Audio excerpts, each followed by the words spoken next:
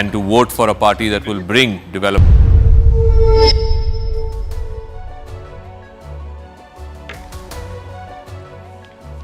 Hello, Namaskar. This is First Post and you're watching Vantage with me, Palki Sharma.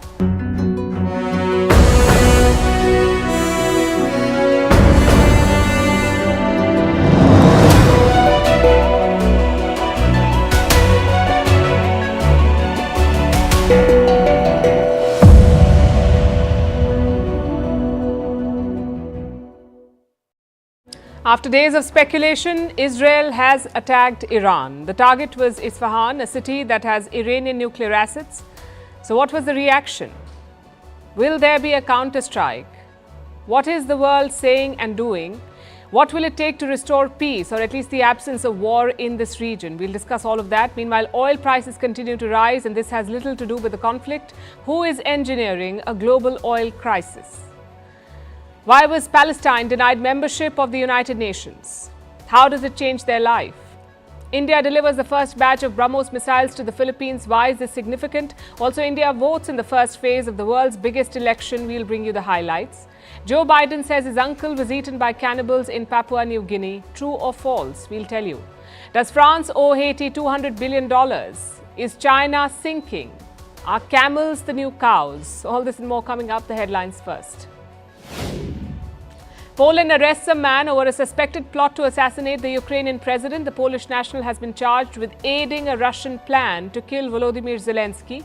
Ukraine had tipped off Poland about this suspect. Since the Russian invasion, Warsaw has been one of Kiev's staunchest backers.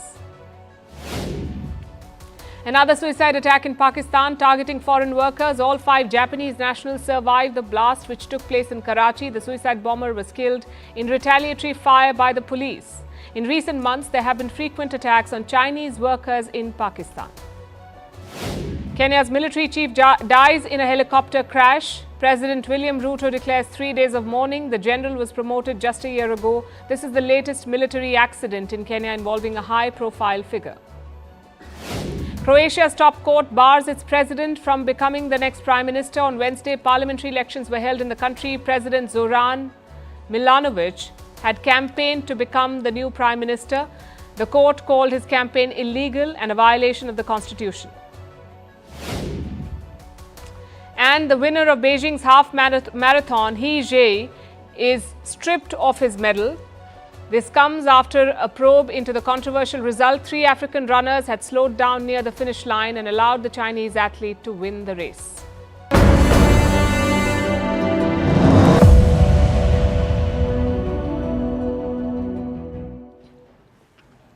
Israel has hit back. No more speculation, no more dissecting options. Benjamin Netanyahu has launched airstrikes on Iran. The news trickled in this morning.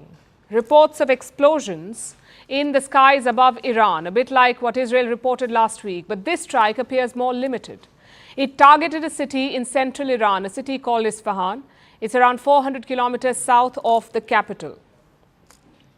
Videos on social media showed explosions in the sky, which usually means one thing: projectiles being shot down by the air defense. But the specifics are not clear. In public, Israel has not even confirmed this attack, but US officials did confirm it. Apparently, they were informed in advance. Israel is said to have shot missiles and drones at Iran. Did any of them hit?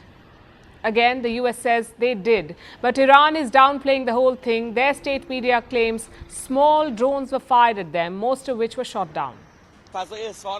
You're seeing Isfahan, which is in complete peace. People are living their normal lives. I think 2 or 3 hours earlier at midnight, sounds were heard in Isfahan sky. Based on the information we acquired, several small drones were flying in the sky over Isfahan, which were fired at. So Iran says no biggie. But they did take precautions. This morning, major airports in the country were closed. Most flights in the region were also diverted. But later, those restrictions were lifted. Iran now says its airspace is open. So the assumption is the strike was limited, more symbolic than deadly. But why Isfahan? It's a strategically important city. You have an airbase with fighter jets, a missile production complex, and key nuclear facilities. In fact, Isfahan is very close to Iran's Natanz nuclear site, just about 100 kilometers. But Israel did not target it. Even the United Nations atomic watchdog has confirmed this. They said the nuclear sites are fine. So what was Israel hoping to achieve? Well, this operation had two main goals. One was to establish deterrence. Iran had launched missiles and drones at Israel, so Israel wanted to say, you can't do that. If you do, we will hit back. That's the logic of deterrence. The second goal was to display Israel's capability. Isfahan is deep inside Iran. It's not some remote border town. So by targeting this, Israel is sending a message that nowhere in Iran is safe. Which brings us to the reactions. How are Iranians reacting to this strike? Many of them have shaken it off. Some don't even believe that the strike happened. They couldn't handle Gaza, that is close to its borders. Attacking Isfahan, that is ridiculous. If Israel makes the slightest mistake, the reaction from Iran would be more severe in a way that silences Israel and its master, the US, forever. What about Israel? This morning, sirens ran across northern Israel. It turned out to be a false alarm, but the danger has not passed. Along with Iran, Israel also struck other targets. Explosions were reported in Syria and Iraq. Both countries host Iranian proxy groups. Plus, the Hezbollah in Lebanon has stepped up attacks. So the next few hours will be crucial. Israel will be keenly watching for a possible response. As for the people, their reaction has been mixed. Some say the attack was necessary. Others fear what could happen next. I think the attack in Iran is a necessary action in our environment, which is much harsher than the jungle in Africa. Animals over there behave much nicer than human in this area. I'm very sad that Israel attacked Iran, and I'm afraid what will happen now, what will be in Israel. Now to the million-dollar question, what happens next? Will there be more escalation between the two sides? Well, it seems unlikely at the moment, and there are three reasons why. Number one, Israel's behavior. There's no chest thumping, no grand statements in the media. Israel has not even admitted to the strikes. Usually that means one thing. Netanyahu considers the matter closed. Reason number two, Iran's reaction to the whole thing. Their state media is downplaying the strikes. Most reports don't even mention Israel. If they wanted escalation, we would have seen the opposite. More Israel blaming, more rallying of public opinion. And finally, reason number three, global pressure. US officials say they did not approve Israel's airstrike. Most of the world says it's time to de-escalate. The United States has not been involved in any offensive operations. What we're focused on, what the G7 is focused on, and again, it's reflected in our statement and in our conversation, is our work to de-escalate tensions, to de-escalate from any potential conflict. Significant escalation is not in anyone's interest. What we want to see is calm heads prevail across the region. It is absolutely necessary that the region stays stable and that all sides refrain from further action. China opposes any actions that lead to tension and further escalation of the situation. Maybe today's strike will end this conflict. Maybe Iran will not retaliate. But a new normal has been created. One where Israel and Iran can strike each other. Basically, the shadow war is not shadow anymore. It's out in the open, and that spells chaos for all of West Asia.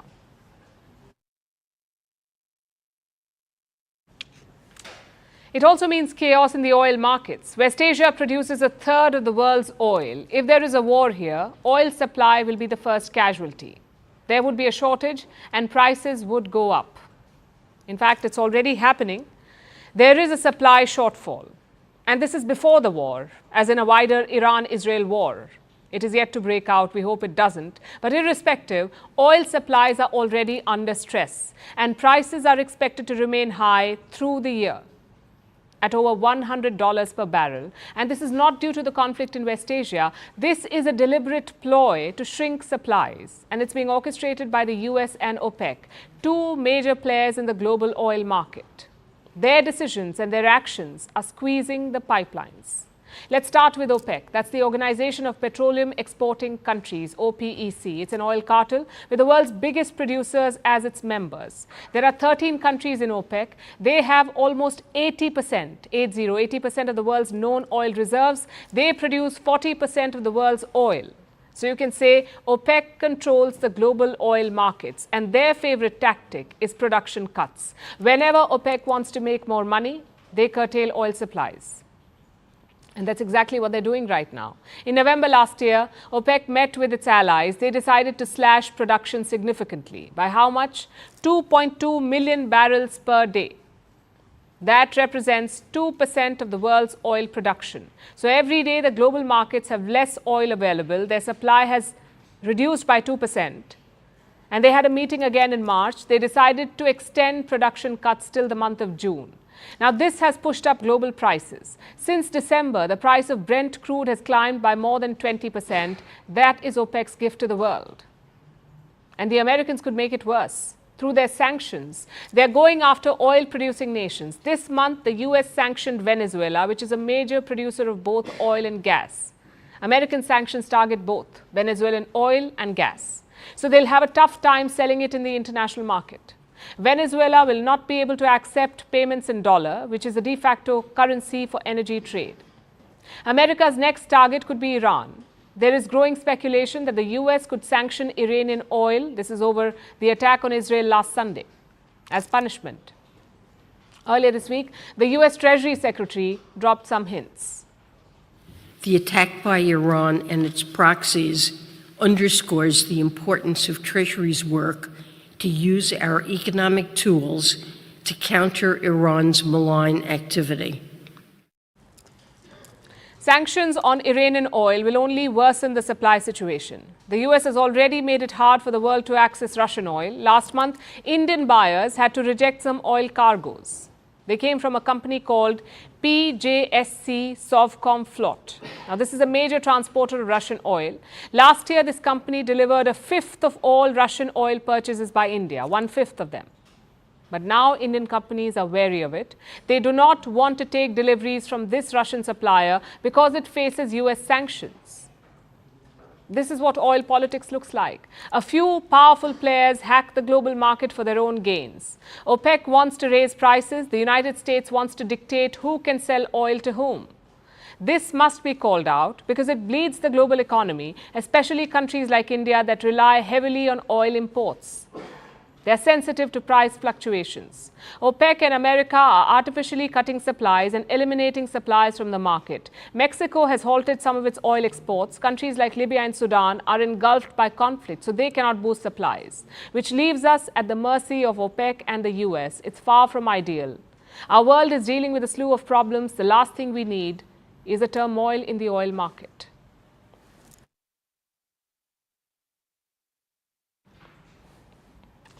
I know the situation looks hopeless, but on the upside, the world has seen far worse, so this too shall pass. The only question is how. What will it take to restore peace in West Asia? How can the region return to normal? There is no silver bullet to fix this conflict, but a few steps will help. The first and most pressing one is this: a ceasefire in Gaza. The fighting has been going on for more than 6 months. It has killed more than 30,000 Palestinians, and that is the root problem here. Israel has set itself a very ambitious goal in Gaza to eliminate the Hamas. But experts say that could be impossible. Just consider the current situation. Israel spent months fighting in the streets of northern Gaza, but then they moved south, which gave Hamas time to reorganize. Reports say they are re-establishing themselves in the north. Plus, Israel's army could be overstretched. They have spent 6 months in urban war zones, and now they face threats from Iran and Hezbollah, so Israel needs to take a call. Do they go ahead with the invasion of Rafah? Do they refocus on the north? Or do they pursue a ceasefire? Because one thing is clear, the current strategy is not working. Israel is nowhere near getting the hostages back. Dozens of them are presumed dead. So a ceasefire is the need of the hour. It would reduce the pressure on Israel's government. It would also put the focus back on Arab-Israel normalization. Which brings us to step 2, more communication and shuttle diplomacy. And this is very important during conflicts. If communication is not clear, there will be miscalculations, and miscalculations lead to more conflict. I'll give you 2 examples from this standoff. First, before Israel's strike on Iran's consulate in Syria, reports say they told no one about it, not even the Americans. Only moments before the attack did they alert Washington, that too not to discuss but to inform that they're getting it. They say the attack was a miscalculation.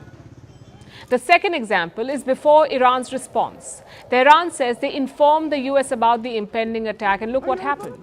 99% of the drones were shot down. So communication and calculation is key. Sometimes they avert conflict. Sometimes they can minimize the impact. But Netanyahu does not seem interested. So far, he's ignored his allies and partners at all stages, whether it's the Gaza war or the war in Lebanon or now in Iran. Which brings us to the third step, a possible rejig in Israel. Netanyahu's popularity is nearing rock bottom. Around 76% Israelis want him to resign, and you can see why. He has no plan to get the hostages back. He has started a seemingly endless war in Gaza. He has triggered a conflict with Iran, and he has alienated his Western allies. So perhaps Netanyahu has to go. Perhaps a new leadership can give Israel a fresh start. Someone who can heal the country, someone who can reassure Israel's allies. Which brings us to step 4. American policy must change. Right now, it's rooted in hypocrisy. The Americans give military aid worth billions to Israel. Israel uses that to flatten Gaza. Then the same America offers humanitarian aid to Gaza. How does this policy make sense? And finally, step number 5, probably the most important step of them all. A two-state solution. Palestine must become a sovereign country because it would trigger a chain reaction. Saudi Arabia would likely recognize Israel. Armed Palestinian groups would lose their rallying call. And a strong Arab-Israel alliance could emerge. One that would surely deter Iran. I know it's a long shot right now, but it's also a sure shot. And some of these steps cannot wait because the events of this week have created a new equation in West Asia. Iran says it could review its nuclear doctrine. Publicly, Tehran has ruled out making a bomb, a nuclear bomb, but a review could change that. The regime could actively pursue a bomb. Same with Gaza. An offensive in Rafah would be deeply traumatic. It would force Arab states to abandon Israel completely.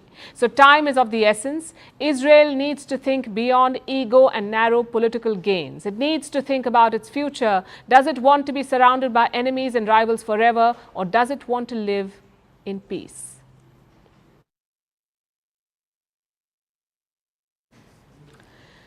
Now let's take a step back and look at what started this mess in West Asia, the original conflict between Israel and Palestine. Another blow was dealt to the Palestinians yesterday, this time at the United Nations. The UN Security Council held a vote yesterday on the question of Palestine's membership to the UN. 15 members of the Security Council voted like this. Will those in favor of the draft resolution contained in document S/2024/312 please raise their hand?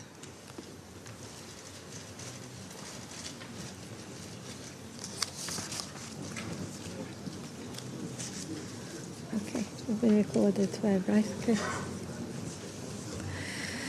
Those against?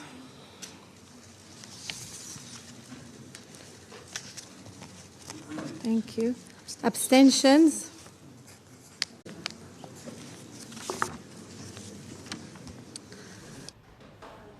Twelve Security Council members voted to allow Palestine to join. 2 members abstained. That's Britain and Switzerland. They chose not to vote. And 1 lone Security Council member rejected the resolution. That is the United States of America. So, of course, because of how the UN works, the resolution was rejected. The US used its veto and torpedoed Palestinian dreams of UN membership. After the veto, the US said this. The United States continues to strongly support a two-state solution. This vote does not reflect opposition to Palestinian statehood, but instead is an acknowledgement that it will only come from direct negotiations between the parties. The US says it strongly supports a two-state solution, but it seems that strength did not extend to UN membership. If the US had not vetoed the resolution, Palestine would have become the 194th permanent member of the United Nations. Now remember, this does not mean much, not on the ground anyway. UN membership would not have created a new country called Palestine. It would not have forced Israel to withdraw its troops from Gaza or even the West Bank for that matter. Nothing would have really changed on the ground. Nothing other than a symbolic victory for the Palestinians, which they clearly knew. This resolution naturally will not be the alternative for serious political negotiations that are time-bound to implement the two-state solution or relevant Security Council and GA resolutions, and to resolve the pending issues between Palestinians and Israelis. However, this resolution will grant hope to the Palestinian people, hope for a decent life within an independent state. The Palestinian representative said it was about hope, nothing else.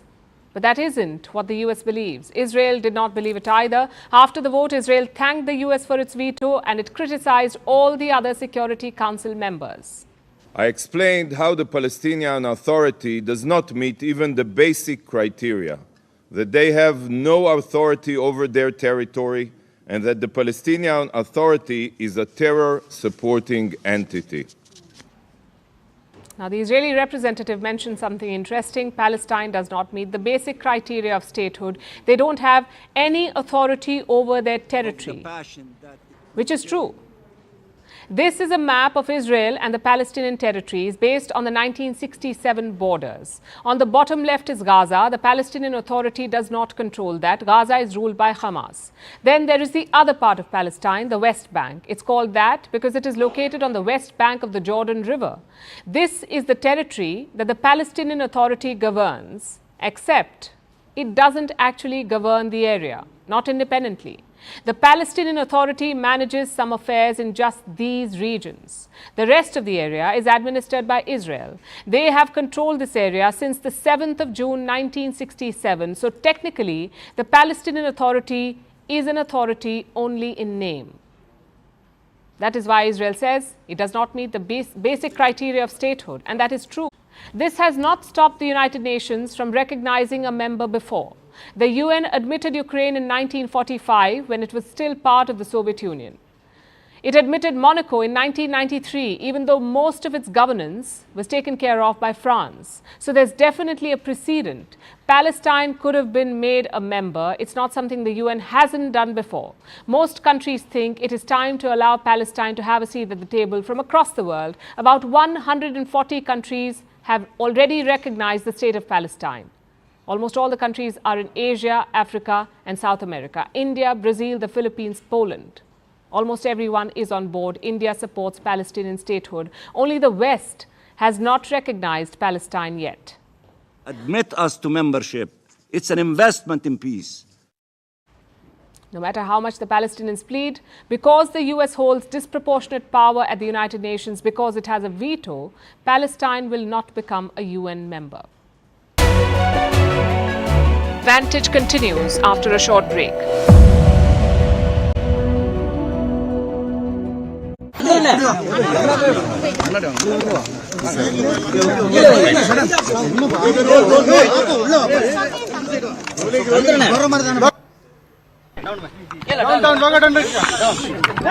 Ready?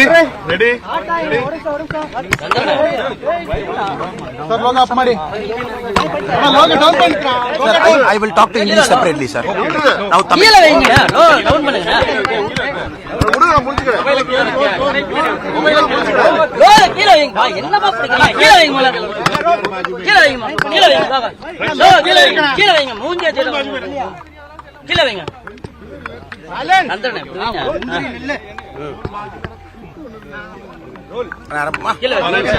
சந்திரனா உங்களுக்கு என்னன்னா கீழ இருக்கணும் சந்திரனா கரெக்டா இப்படி வைங்க கீழ வைங்க low கீழ வைங்க அதான் அன்பார்ந்த பத்திரிகை நண்பர்களுக்கு எங்களுடைய காலை வணக்கத்தை தெரிவித்துக் கொள்கின்றோம். இந்த அற்புதமான நன்னாளில், தேர்தல் திருவிழா நாளில் நாம் அனைவரும் கூட நம்முடைய ஜனநாயக கடமையை ஆட்ட வேண்டும். காரணம், ஜனநாயகத்தினுடைய வலிமை என்பது வாக்காளர் பெருமக்கள் மட்டும்தான். Exercise our democratic வாக்காளர் duty. பெருமகன் முடிவு செய்கின்றார்கள். The voter ultimately decides who will rule on him or her. Good people have to come forward. எப்பொழுதும் ஒரு தொப்புள் கொடி உறவு இருக்க வேண்டும்.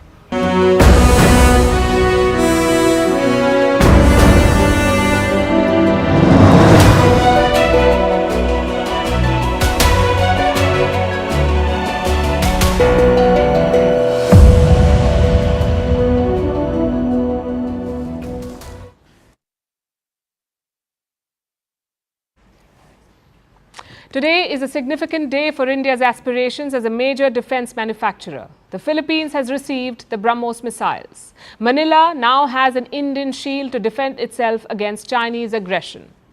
The Indian Air Force made the delivery today. The deal was signed 2 years ago. The contract was worth $375 million. Some notable firsts come with this deal.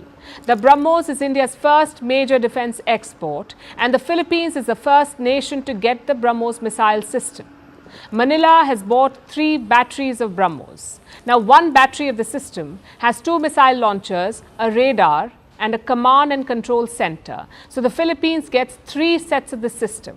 From Manila's perspective, the deliveries could not have come at a better time. Tensions with China are growing. In recent months, the PLA, the Chinese army, has become more aggressive. They're targeting ships from the Philippines, firing water cannons at them. Coast guards from both sides have clashed repeatedly. On more than one occasion, their ships have collided. Plus, Beijing has been issuing threats and warnings. The Philippine side, on the one hand, induced external forces to interfere in the South China Sea issue and intruded into relevant islands and reefs of China's Nansha Qingdao. On the other hand, it activated its propaganda machine against China to hype up the so-called the big bullying the small and played victim. The Chinese side is strongly opposed to this. The situation is dangerous and China's actions could trigger a conflict, so Manila desperately needs an effective deterrent. The BrahMos could fit that role. Manila could deploy the system in the West Philippine Sea.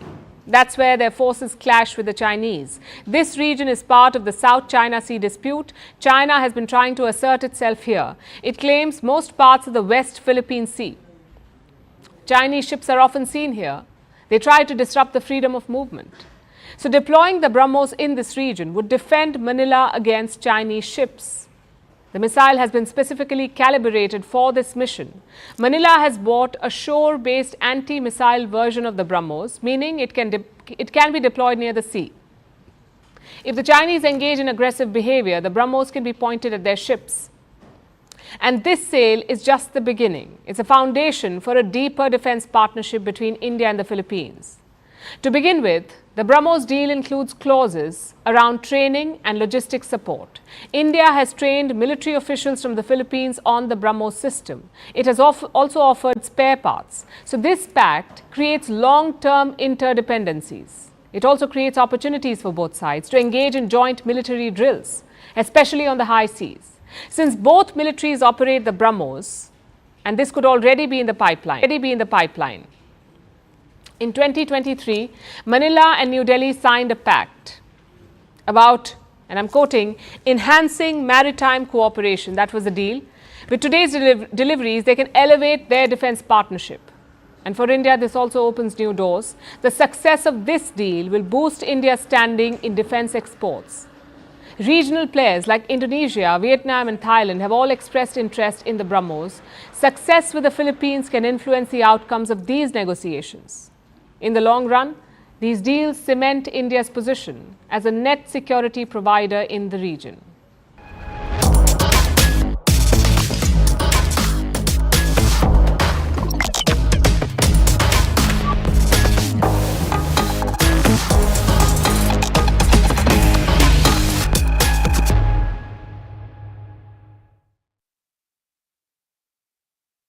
It's election season in India. Today was the first phase of voting. 160 million people voted in 102 constituencies.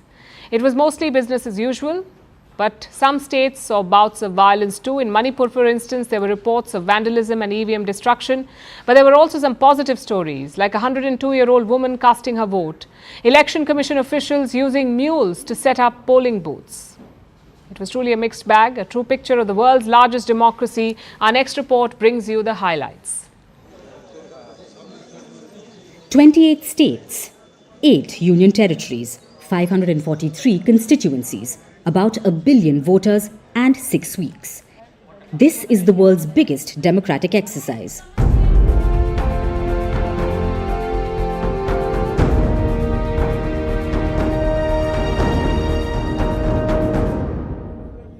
Elections kicked off in India today. This is the first phase of voting. It covers a total of 21 states and 102 constituencies. 160 million people are eligible to vote in this phase. Until 5 p.m., nearly 60% voter turnout was recorded across the states. Voters headed to the ballot box as political leaders led by Prime Minister Modi and different parties urged citizens to cast their vote. आज पहले चरण का मतदान हो रहा है। ये लोकतंत्र के सबसे बड़ा उत्सव का एक बहुत बड़ा दिन है। मेरा सभी मतदाताओं से अनुरोध है, संविधान से मिले इस अधिकार का उपयोग जरूर करें। I am proud to cast my vote. All voters should vote. So which major states voted today? The first is Tamil Nadu. All 39 constituencies went to polls. It's a litmus test for the ruling BJP or Bharatiya Janata Party. They want to make inroads in the south, and Tamil Nadu is a big part of the mission. Meanwhile, the ruling DMK aims to repeat its 2019 performance and sweep the state once again. Other major states that voted today include Rajasthan, Uttar Pradesh, Madhya Pradesh, West Bengal and Manipur. हम आज बहुत खुश हैं कि 140 करोड़ का जो भारत का जो आज पहला फर्स्ट फेज का इलेक्शन हुआ है, इसी में मोदी जी को थर्ड टर्म का प्राइम मिनिस्टर बनाना है, उसी में मेरे को वोट देने का मौका मिला है आज। The northeastern state of Manipur has seen bouts of violence in the last few months.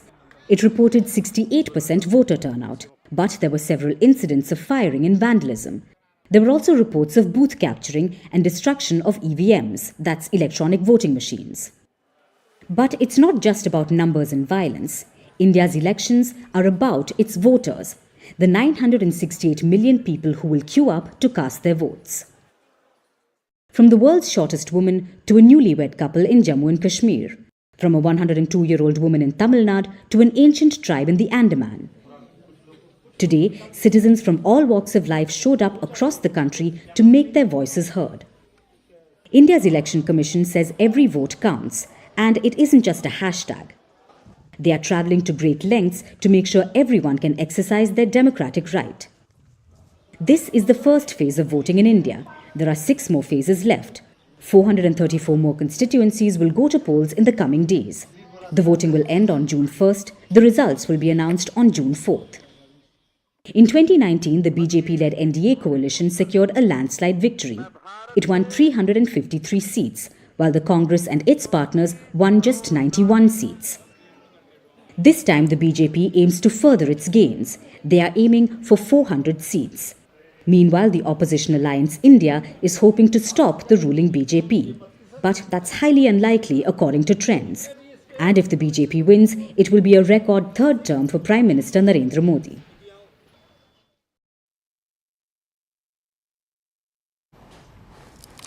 World leaders must choose their words wisely.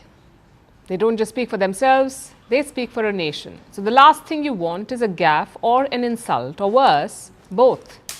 But Joe Biden did not get the memo. This week, he visited a war memorial in Pennsylvania.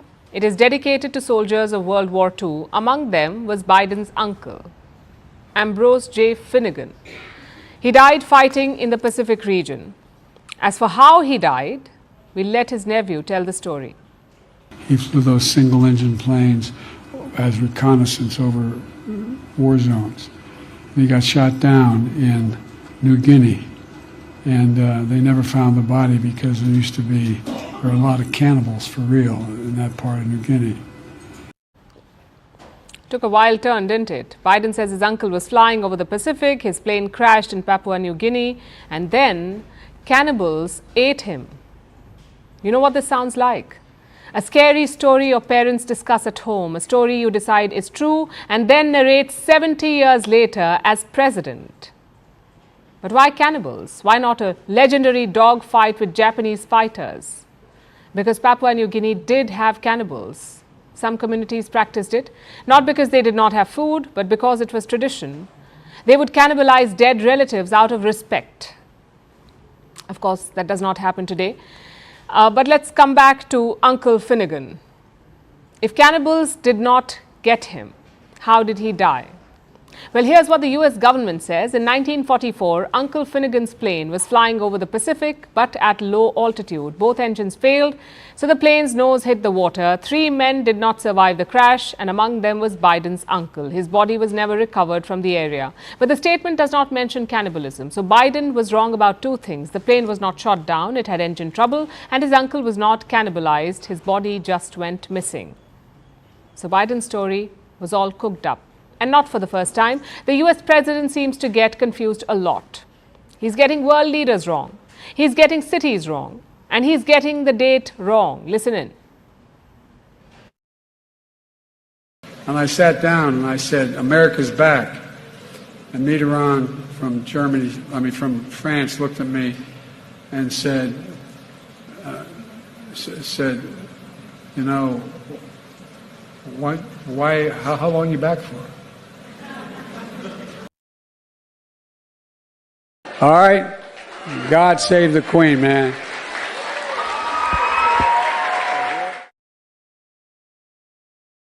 Harder than getting a ticket to the Renaissance tour or Britney's tour. Elect me. I'm in the 20th century, 21st century. And I made it clear to Israelis, don't move on Haifa.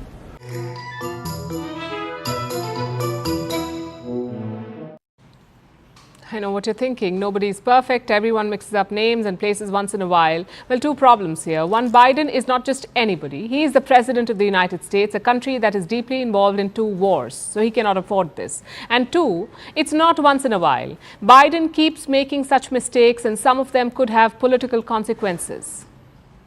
Just consider the latest one. Papua New Guinea is a country in the Pacific. It's become a key strategic battleground. China is trying to make inroads there. So Biden must be on top of his game. He cannot afford to insult or offend their government. And he certainly cannot accuse their ancestors of eating his uncle. It's also perfect ammunition for his opponents. Look at what a recent poll found.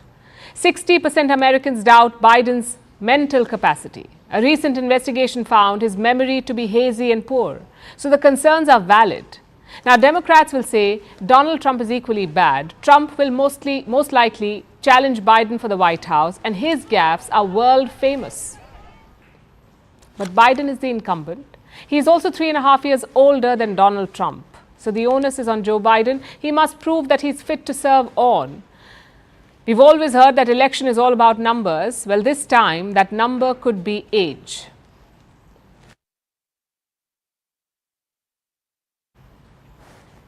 Our next story is about Haiti, the poorest country in the Western Hemisphere, a base for dozens of armed gangs who even forced their prime minister to resign. Haiti always seems to be in a state of chaos. It's been that way since it became independent, back in 1804. But maybe that's not the country's fault completely. A group of NGOs has gathered in Geneva. They're trying to form an independent commission to help undo a historic justice. They want France to pay a ransom that it took from Haiti back in the 1800s. The price it extracted for Haiti's freedom. How much money does the coalition want France to pay? Anywhere between $150 to $200 billion. Here's our report.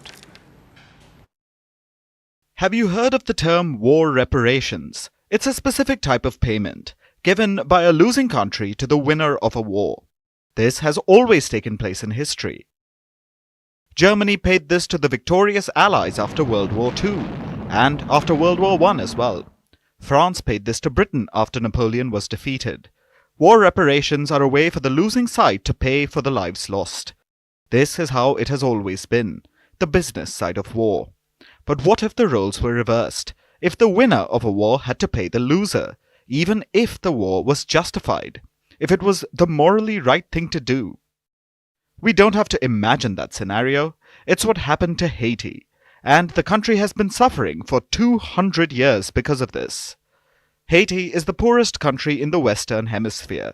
It's a country in the Caribbean Sea. It occupies half of an island, Hispaniola. The other half is a different country, the Dominican Republic. where the people are, on average, 10 times richer than the Haitians. What led to this stark disparity? Simply put, France. Haiti was once a French colony, called Saint-Domingue. France filled it with sugar and coffee plantations, and slaves to work on them. By the year 1789, 90% of the people in Saint-Domingue were slaves, subjected to barbaric cruelty by the French colonizers. So the slaves rose up to break their shackles.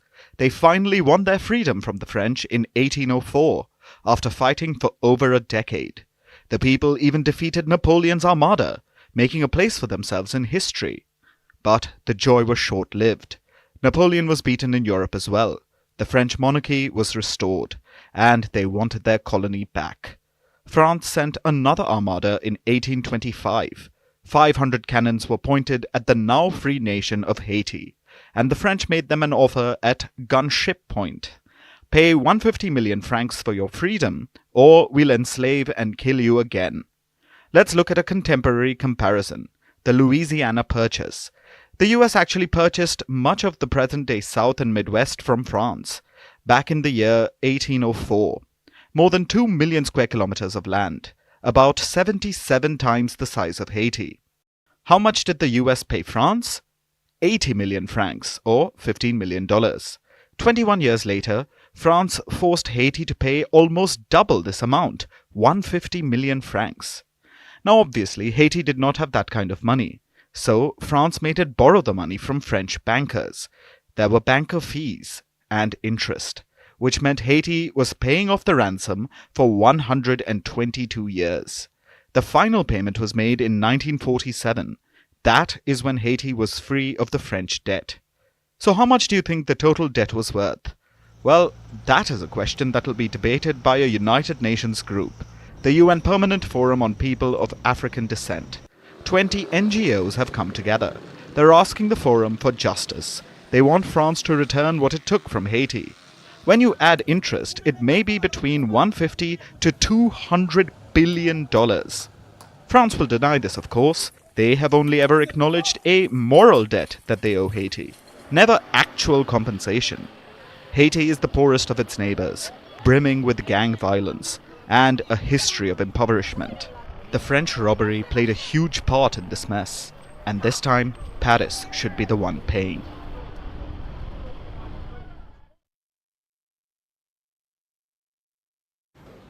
Our next story comes with a sinking feeling.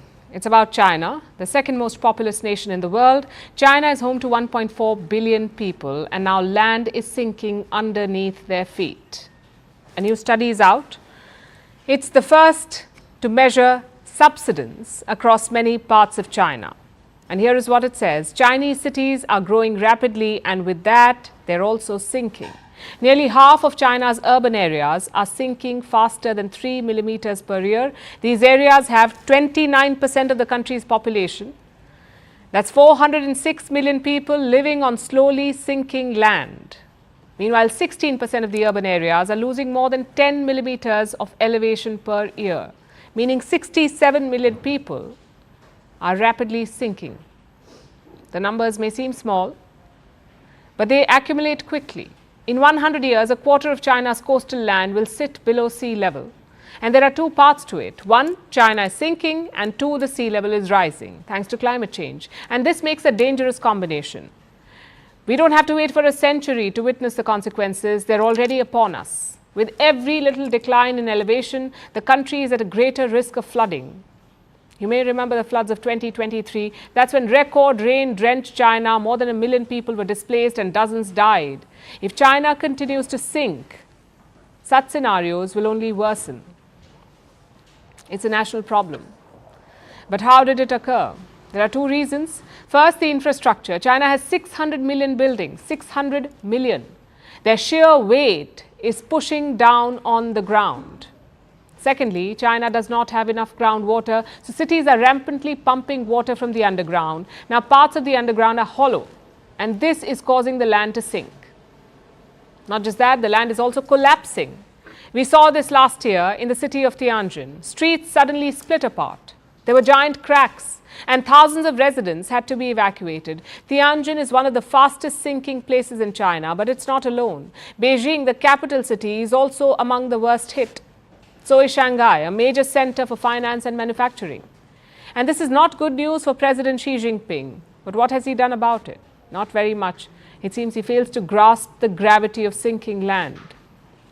Yes, Beijing has introduced some new laws to control groundwater pumping. Shanghai and surrounding areas have been limiting water withdrawal, but other cities have received stepchild treatment. Plus, China's coastal areas have built physical protection. This has helped retain water, but sinking land is not just a coastal problem. China needs to focus on urban cities as well, some of which are sinking faster than coastal cities. So they must act fast, maybe learn from other nations like Italy, the UK, the US, the Netherlands, India, Indonesia, Thailand and Bangladesh. Parts of these countries are sinking as well. And how are they coping? Well, some nations are injecting water into the soil. Venice in Italy is building sea walls. Indonesia's Jakarta is sinking rapidly, so they're building a whole new capital city from scratch. So the measures differ. Some are about prevention, others are about accepting the reality of a losing game and starting a new one. But whichever path China takes, the decision must come before it has to choose whether to sink or swim.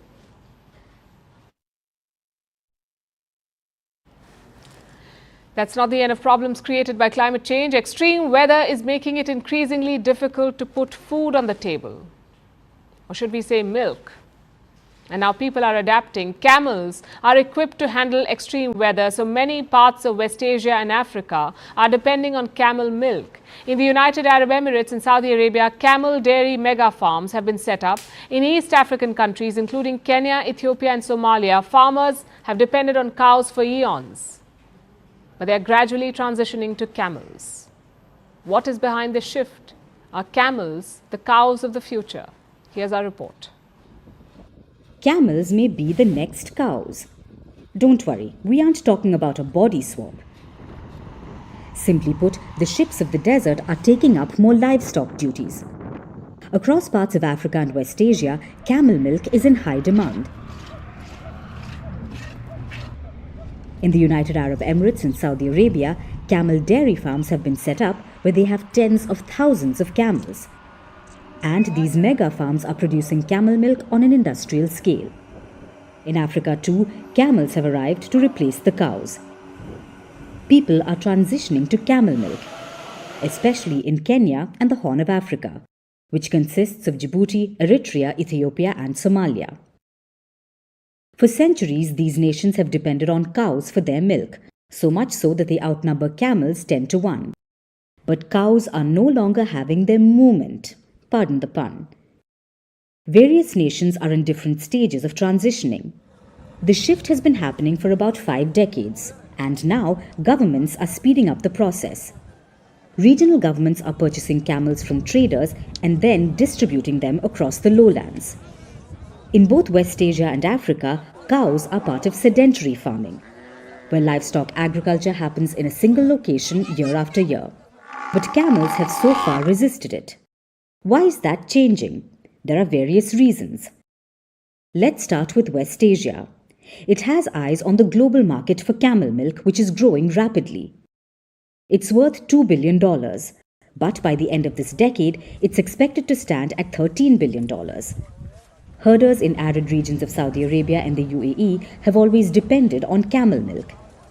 But this new marketability is because of its taste and health benefits. To those who've tried camel milk and found its salty taste disturbing, here's a fun fact. Fresh camel milk often comes with a milder taste that becomes sweeter in particular seasons. And camel milk is a healthier alternative to cow, sheep or goat milk. It's high in vitamin C and low in fat. So in West Asia, money-making opportunities are driving this change. But so is pragmatism. With climate change, the food industry is adapting. And among mammals, camels are almost singularly equipped to handle extremes. And many people are betting on that, including East Africa. It has been braving a drought for 3 years now, whose severity has become 100 times worse due to climate change. Now, grazable land is shrinking, Water sources are drying up and cows are dying in the Horn of Africa. The drought has killed 80% of the cow population. This has shattered millions of livelihoods. All my cattle are dead. The field they used to graze from is now filled with carcasses. The drought now has got to the level of taking our lives. Before the drought, I had plenty milk and meat. Now nations are looking to camels to save the day, because camels can go up to 2 weeks without water as opposed to a day or two for a cow. They can also lose 30% of their body weight and still survive. That's one of the highest thresholds for any large animal. Plus, camel milk is a comparable substitute for cow's milk and it's healthier. Plus, a camel requires less food and water than a cow to produce the same amount of milk, which is why camels are often called the miracle species. So whether it's about more money or mere survival, countries are increasingly hoping for their own miracle. Vantage continues after a short break.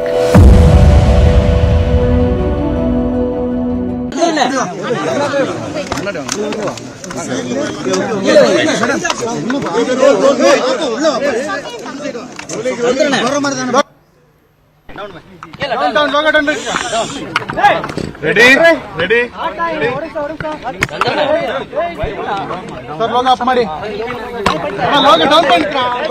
I will talk to English separately, sir. Now,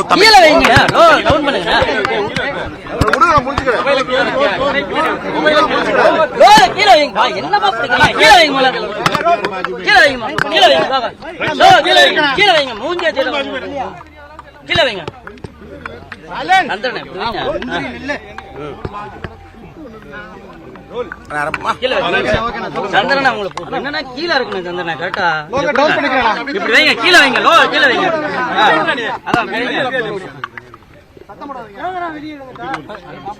அன்பார்ந்த பத்திரிகை நண்பர்களுக்கு பத்திரிகை நண்பர்களுக்கு எங்களுடைய காலை வணக்கத்தை தெரிவித்து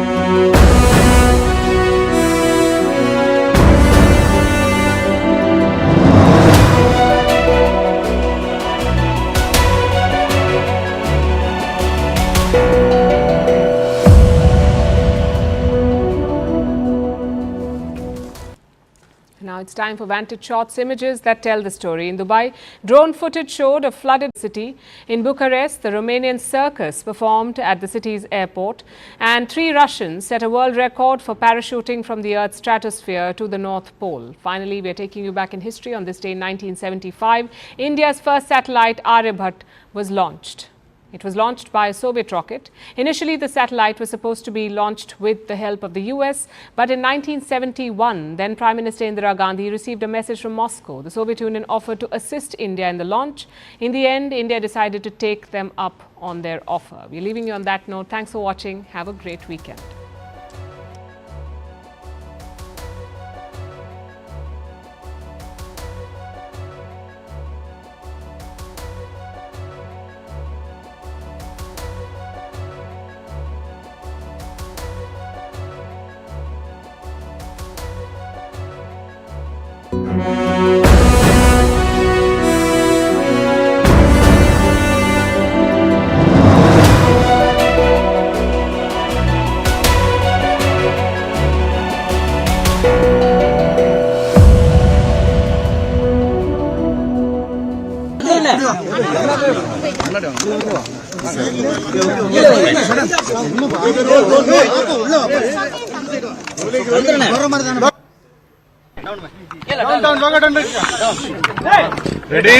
Ready?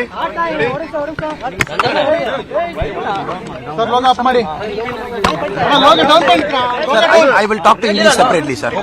Now, கீழே வைங்க லோ டவுன் பண்ணுங்க லோ கீழே வைங்க என்னமா பிடிக்கல கீழே வைங்க முதல்ல கீழே வைங்க கீழே வைங்க பாபா லோ கீழே வைங்க மூஞ்சிய கீழே வைங்க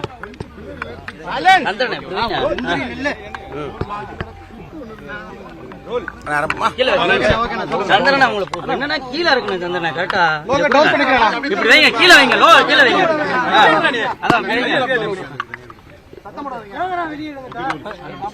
அன்பார்ந்த பத்திரிகை நண்பர்களுக்கு எங்களுடைய காலை வணக்கத்தை தெரிவித்துக் கொள்கின்றோம். இந்த அற்புதமான நன்னாளில், தேர்தல் திருவிழா நாளில் நாம் அனைவரும் கூட நம்முடைய ஜனநாயக கடமையை ஆட்ட வேண்டும்.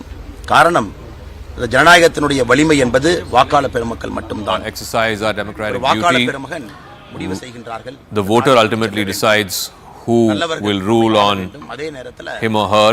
Good people have to come forward. எப்பொழுதும் ஒரு தொப்புள் கொடி உறவு இருக்க வேண்டும்.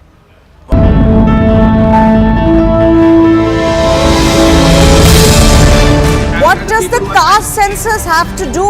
If you're talking about the poor, your messaging is absolutely antithetical. You're talking about a caste census and then you're saying Jitni Abadi Utna Haq. In that are going to be the rich as well. The electoral bonds, yes, it was struck down by the Supreme Court. And yes, the Supreme Court is part, viewers, and I'm saying it with great responsibility. News of an old system that has come back, where you will not even know who gave what to whom. People of India don't seem to care. People of India are not able to relate to electoral bonds equals corruption equals Modi. In their view, even now, Modi is above corruption and he's leading a war against corruption. And if the corrupt happen to be in the opposition, then so be it. Foundation of Bharat and the origins of Bharat was on religious lines. Pandit Jawaharlal Nehru had a problem with the Hindu sentiment being revived. The attitude with which you answered my question reflects the attitude with which you look at Ram, Ayodhya and this issue that matters to more than a billion Bharatiyas.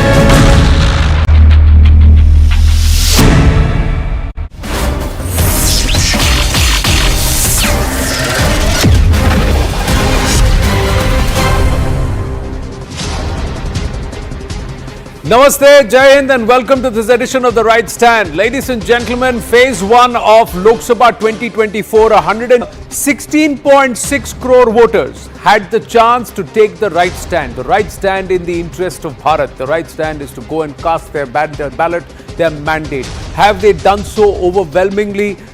The reports indicate across the country that there has been a significant voter turnout into the 70s in many of the states and many of the seats, which is highly encouraging, especially in places like the Northeast and, surprise, surprise, ladies and gentlemen, Tamil Nadu, and we'll talk about it. But let's try and